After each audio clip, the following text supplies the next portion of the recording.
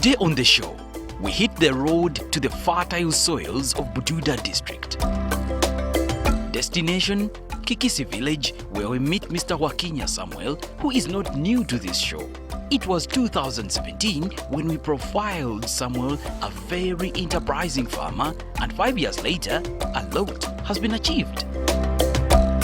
Coming up on the program, you look at the seed when you want to establish a good demo, a good coffee garden. Like for example, this one here is a very good seedling which is ready to be planted. Mark you when you are looking at the seedlings, look at a seedling which is free from pests and diseases, like this one. Coffee is good and it can't lie. At least when you invest in coffee, you get something.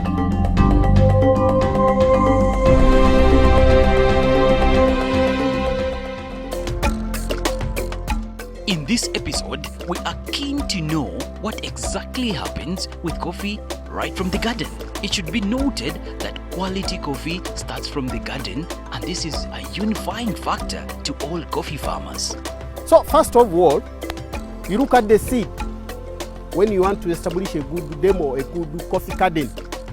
Seed is very, very important. Yeah? Like for example, this one here is a very good seedling which is ready to be planted.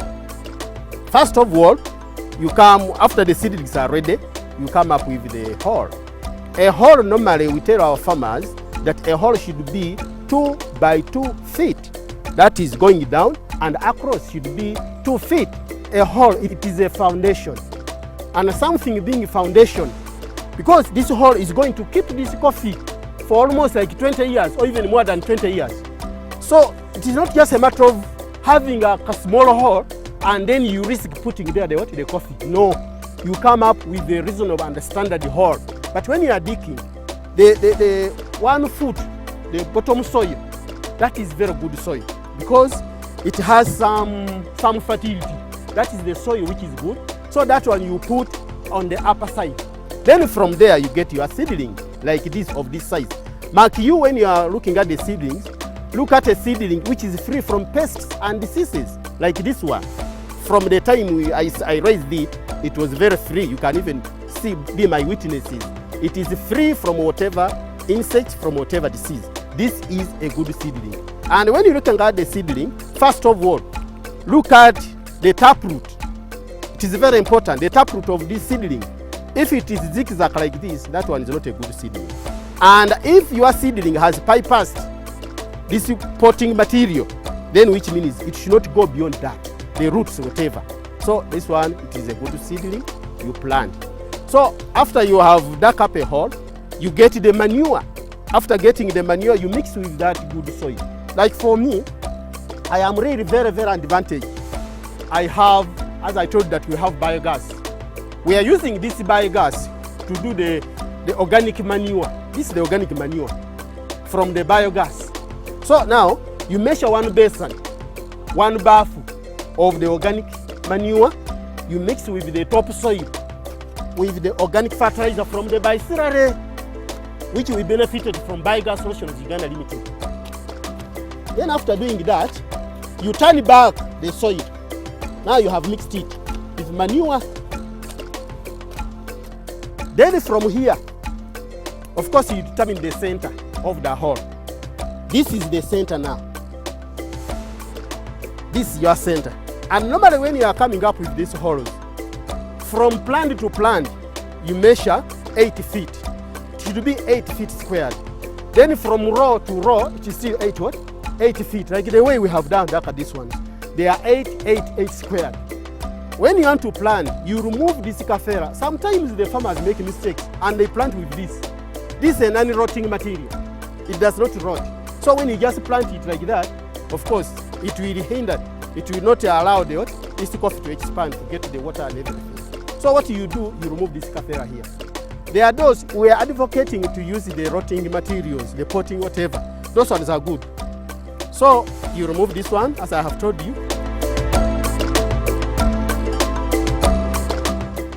Then you come up like this. You have seen our seedling. Then you go where the center, where you have put your capek. You remove this one. Make sure when you are planting, it does not go beyond this soil. So after you have created the hole at the center, you plant. Remember, as I told you, you look at it as your baby. Needs to be protected. It must be protected.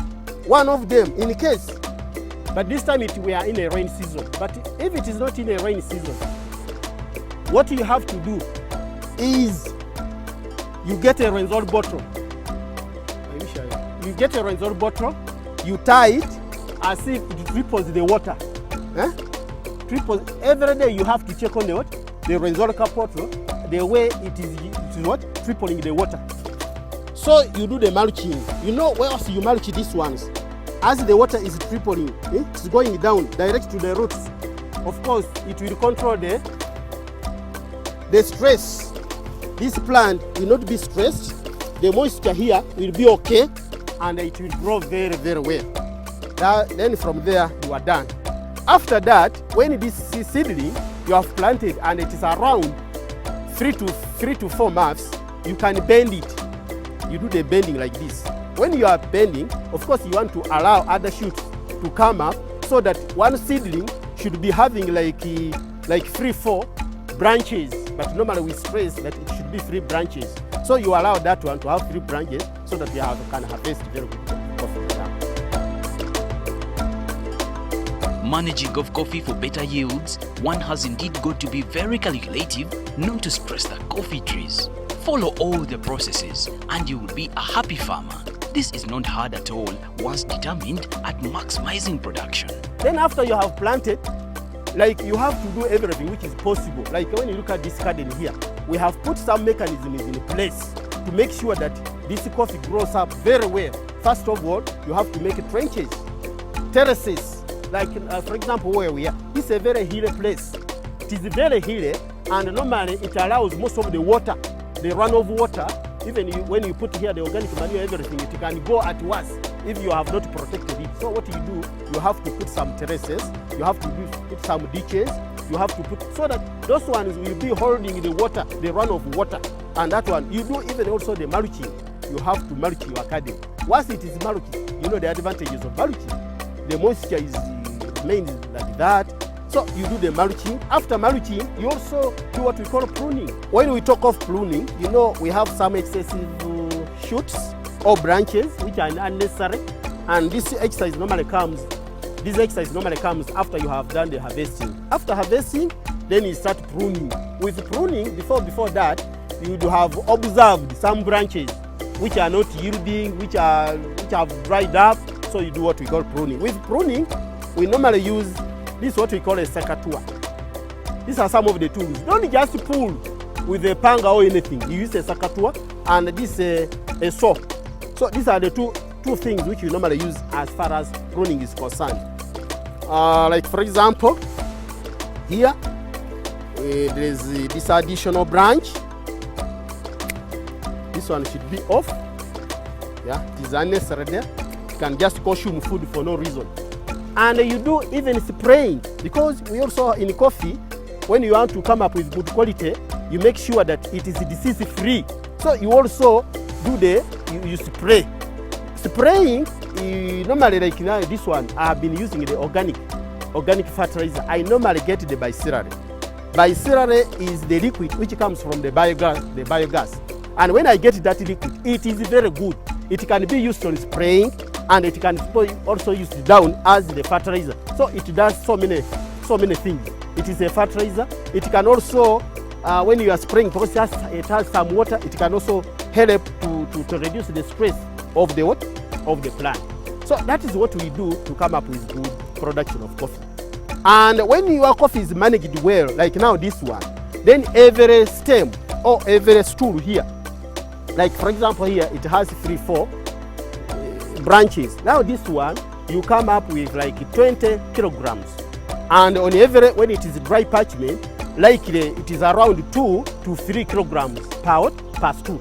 That is where, because we are looking at how do we get the money, how do we maximize our production. When you maximize production, that's the way to get the high income. And that's what a farmer we are looking at. At this stage, be very careful how you handle your coffee as a farmer. When harvesting coffee, the post-harvest handling is extremely important so as not to lose on the money. Every coffee farmer should have this knowledge, and this cuts across irrespective of where it's grown. Most of our farmers, they have a challenge when we talk of the post-harvest handling. One of it is how do you pick your coffee. And most of our farmers, they have a challenge in this. We stress and we tell our farmers that when the time comes like this one, it's now ready. Coffee it is now becoming ready. Just pick the red one and stick on the red. These are the red cherries, like now this one. We emphasize stick on the what? The red cherries, which are ready. Don't go to the yellow. Don't pick the yellow. Don't pick the green. Because once you mix the red and the green, you are compromising the quality. And yet we are looking at the quality. And once your coffee gives low capping, of course you lose money. Why should you lose money? Because of this process. So we tell our farmers that stick on the red and use what we call selective picking. Don't use strip picking. There are some farmers who just use strip. We call it strip picking. With strip picking, they just get everything. Mixed the yellow, the green, the red, and that one, of course, will be destroying your quality. And two, we again tell that don't pick the overripe. When the coffee is overripe, which means the fermentation has started. And don't do that, because it has already fermented. So the capping again will also be compromised. That's why we stick on this. Please, our farmers, stick on the red, only the red cherries. This is what we call selective picking. Because now you are only selecting the red. Obviously, coffee picks anything. It can pick anything. So make sure you have good containers. And make sure the coffee, when it is down, there are some coffee which you find it is already on the ground because it overripe and it gets down on the ground. Don't mix with the coffee you are picking.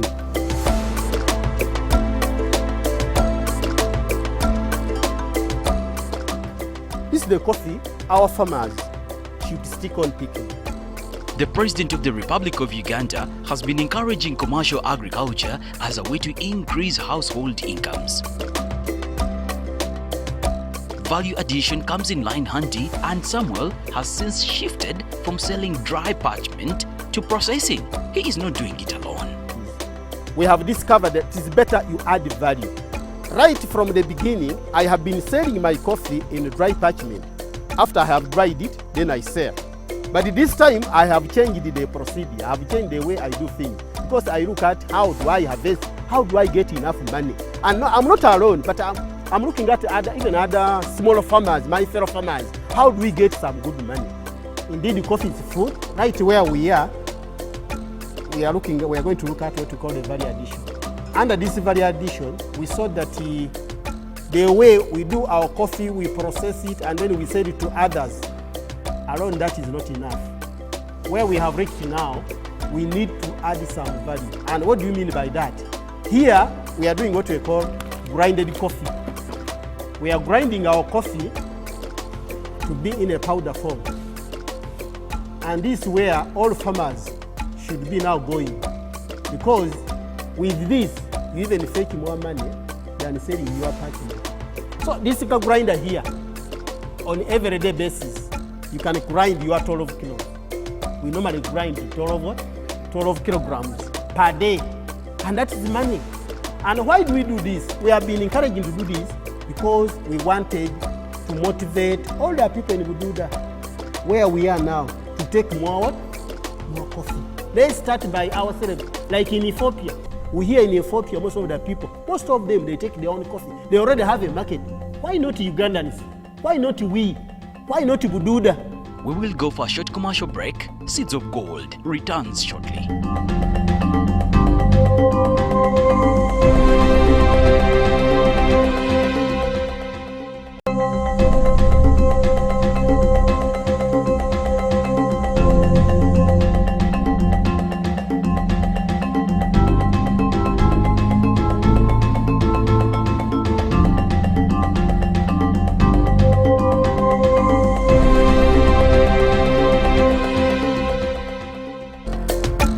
We are really happy with the government of Uganda and the United States African Development Foundation, who managed to give us this asset of the machine house.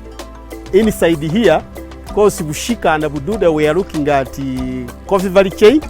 We have some machines inside here. Initially, we have been selling our coffee in dry parchment, but I think that's the area now we have gone away from that. We are now looking at how do we increase the incomes. You get, after drying your coffee, when it is dry, you bring it here. This is where you pour the coffee from this place. So you bring your dry parchment here when the moisture content is around 12 to 14, and you pour it here. After pouring here, it will come down here. After coming down here, it will be elevated. These are the elevators. They will bring it up, and then they bring in the other machine here. This is what we call a destoner. The work of this one is in case if some stones have come with the parchment, or in case if there's some other materials which are unnecessary, which are not wanted, they will be sorted from this place. Then again they will pass here and they come up to this herring point. From here, coffee in that parchment will be hard, and after it, when we talk of herring, it is removing the outer skin, and then we remain with the what? The beans. So the coffee beans will be coming out from here. When we talk of the green beans, this is the coffee which we now want to export. We are looking at international market. We don't want again to sell our coffee locally here, but we need to see that either we can sell it to roasters, people who roast, or alternatively we can sell to some of the international buyers. That's what we are looking at. Already we have got what we call fair trade certification to help us to market our coffee to the outside market. And then from there, you know what comes with certification. Certification comes with premiums, it comes with bonus. That is what we need to maximize our production, our incomes. Market for processed coffee is increasing. As I told you, we have started with our local market. Our intention is to look at these people who are surrounding us. Why should they continue taking tea leaves when we have the coffee? So the market, I have started with the local market, with the local people. We are creating some kind of awareness to see that these people can see value in taking our own coffee. And you know, with coffee, when you take it, like for example, today I took some in the morning. Every morning I have to take some coffee. And you know, with coffee, it was already written. Some people have already proved that there are some medical whatever in it in the coffee. So when you take the coffee, you get strength, you get power. Coffee is really good. We need to encourage our people to take the coffee. We are still planning to see that we go to the supermarkets, but that one will come after we have certified our product. We have started on the process of certification. So after certification, I think we shall be everywhere. But right now, we have started with the local community. I remember it was His Excellency who even gave me this coffee. He gave me 1,200 added on me, which I planted. And Your Excellency, I want to tell you that the coffee I planted, I mobilized more farmers. We are now 3,000 over, and we are producing coffee. And this is where I need your market. I think at the time I will be approaching the president to see that the coffee you gave me and other farmers, now we need your help to get for us the market. As an individual, like for example, one garden here, when I have 1 acre, like now this one, because you have seen how it has been fruited, and I'm now expecting the dry parchment, not less than 15, not less than 1,500 in 1 acre. But I don't want to expose my income. It is also risky. But what I can argue is that coffee is good and it can't lie. At least when you invest in coffee, you get something. Much as Samuel is a very enthusiastic and committed farmer, this has not stopped him from encountering a few challenges here and there. The challenges may be, having a demo like this one, Madam, I would openly say that it needs some capital, needs some good money. So first of all, you need to have some good money. And like, for example, like myself, I'm mainly dealing in organic fertilizer. And you know organic fertilizer comes with a cost. It is more expensive than the other inorganic fertilizer. So that is where I get a challenge. We also have some challenges. There are people who just sit and wish. They are not working. And they turn it around to come and, when it is ripening like this, they come and steal. That is already a challenge, but I think with time it will be solved. So we also have a challenge of market, as I have told you. That's why I sounded my appeal to His Excellency that the coffee he gave me, we have the coffee now. But where do we get the market? We need a specialty market. When I talk of the market is there. But we are looking at that competitive market. We are looking at external market, not just a local market around here. Because when we just have a local market around here, we shall not do much. So I'm looking at how do we come with the specialty market. With these organic fertilizers, you can literally kill two birds with one stone. And it turns out that coffee grown organically is good for the market. Here, this is a method which I normally use to feed my coffee. And this is the method I'm also convincing other farmers to feed their coffee. You know, these inorganic fertilizers are very, very expensive. And sometimes they don't compromise with our soil. This is the bicellular liquid fertilizer. This is the fertilizer which is well fermented, which has no effect. It can be used on so many enterprises, on so many crops, either maize, either coffee, either bananas, either whatever crop. So here, but here our interest is coffee. We are applying it on coffee. It is either way. I have already poured there the organic fertilizer, I have filtered it, and I'm now using it direct to the leaves of the coffee. And it also does very well. So you can either apply it down, it feeds from the roots, or directly you can spray on it. I'm not putting on the gloves, because it has no reaction. It is organic, and it does not smell, it does not do these other things, and it is friendly. That's why I am spraying without the gloves, without these other things. Yeah, it is really, it is multi-purpose. One of them, it controls the pest. By the way, when you continue spraying on it, you make sure this liquid here, it repairs, it is a repellent. So when the pests come, they will not attack your coffee. And remember, organic coffee has a high market. It is competitive. That's why I'm urging all my farmers to go in organic way.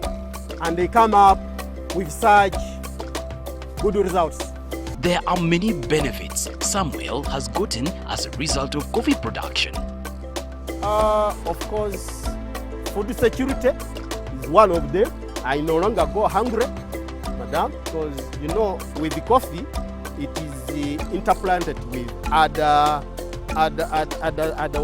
enterprises. Like for example, where we are, we have some beans. It is a coffee and it's food. We have some few matoke inside here, and they are providing that food security.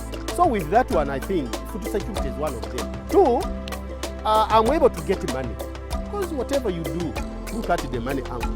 So I'm able to get money and educate my children. It is one of the achievements. Three, it is a social crop actually. Actually, I would say coffee is very social.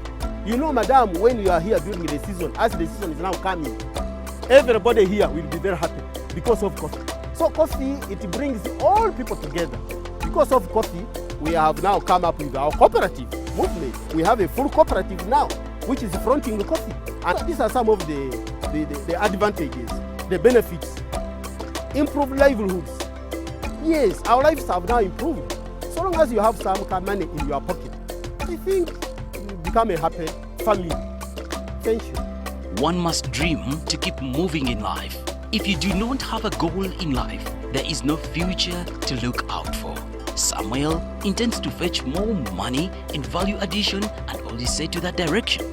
My future plan is to see that everybody in this location at least has 1 or 2 gardens of coffee which are well managed, which are well improved, to earn him or her a living. That's my future plan. We need to move together. Next week on the show, we meet a young lady from Champologoma village. Together with her partner, have been able to change the narrative in piggery.